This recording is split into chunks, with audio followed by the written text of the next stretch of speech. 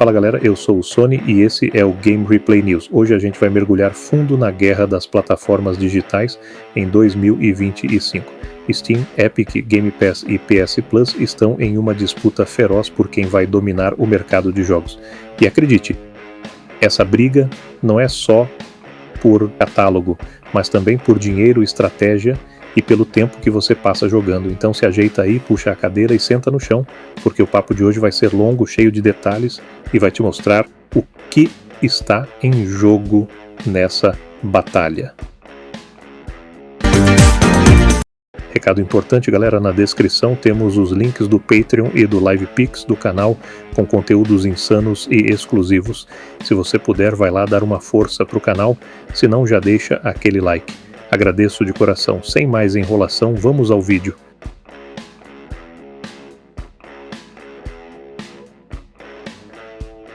Parte 1. O reinado da Steam e seus desafios. A Steam continua sendo a plataforma mais consolidada do PC, com milhões de usuários fiéis e uma biblioteca quase infinita. Mas 2025 trouxe novos obstáculos.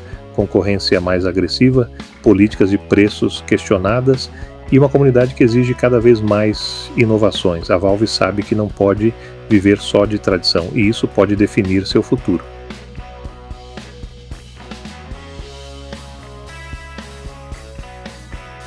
Parte 2. Epic Games Store e a guerra do bolso. A Epic segue investindo pesado em jogos grátis semanais e exclusividades temporárias. Em 2025, a empresa intensificou ainda mais esse movimento, comprando direitos de lançamentos antes de chegarem à Steam. Mas, será que só dar jogo grátis ainda funciona? O público está mais exigente e a Epic precisa provar que tem mais a oferecer além de brigas contratuais.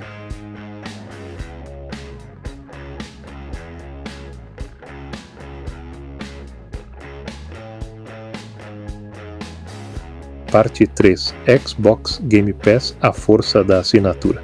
O Game Pass da Microsoft é talvez o maior ponto de virada dessa guerra. Em 2025, a assinatura cresceu em número de títulos e passou a incluir ainda mais lançamentos no Day One. A promessa é simples: por um preço fixo, o jogador tem acesso a centenas de jogos, mas será que esse modelo é sustentável?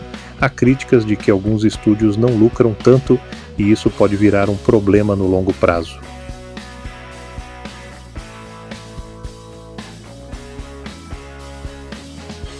Parte 4. PS Plus e a adaptação da Sony. A Sony, que sempre foi muito dependente das vendas tradicionais, precisou se reinventar com a PS Plus. Agora em 2025, o serviço vem em 3 camadas de assinatura, com acesso a clássicos, jogos recentes e até cloud gaming. O desafio é se equilibrar entre manter a qualidade dos exclusivos e não ficar para trás na era das assinaturas.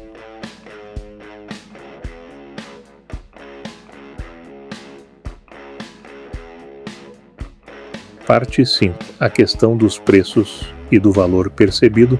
Um ponto crucial nessa guerra é o preço.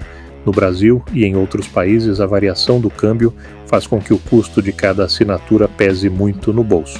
Steam, Epic, Microsoft e Sony têm estratégias diferentes de regionalização, e isso gera debate sobre qual plataforma realmente entrega o melhor custo-benefício.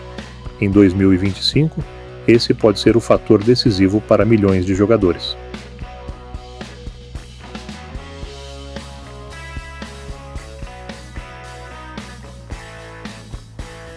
Parte 6. Exclusivos, marketing e comunidade.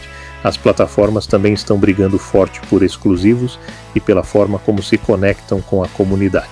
A Steam aposta no workshop e no suporte a mods, a Epic em parcerias milionárias, o Game Pass em estúdios próprios e a Sony na força de franquias como God of War e The Last of Us. Essa disputa não é só técnica, mas também emocional.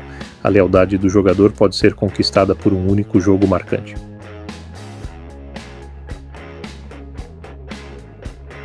Parte 7. O futuro da guerra digital. E olhando para frente, qual será o rumo? Será que as assinaturas vão engolir de vez o modelo de compra individual de jogos ou veremos uma coexistência entre diferentes formatos?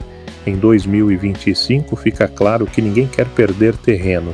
Steam, Epic, Game Pass e PS Plus estão em constante evolução e o jogador é quem decide para onde esse mercado vai caminhar.